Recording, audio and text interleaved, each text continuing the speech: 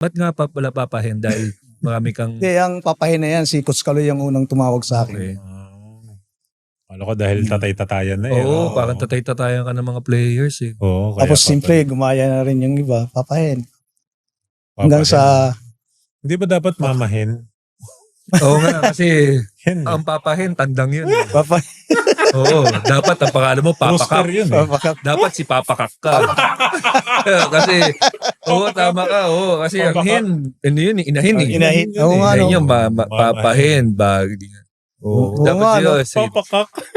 Ngayon ko lang na, ayun, nalaman yun, papahin. Ayusin natin. May time pa naman. So, dito sa ano natin, ang tawag namin sa'yo, si Daddy Kak. Daddy ka. Hindi, kasi Pwede, Henry pwede, siya. Ah. Henry kasi siya, kaya papahin.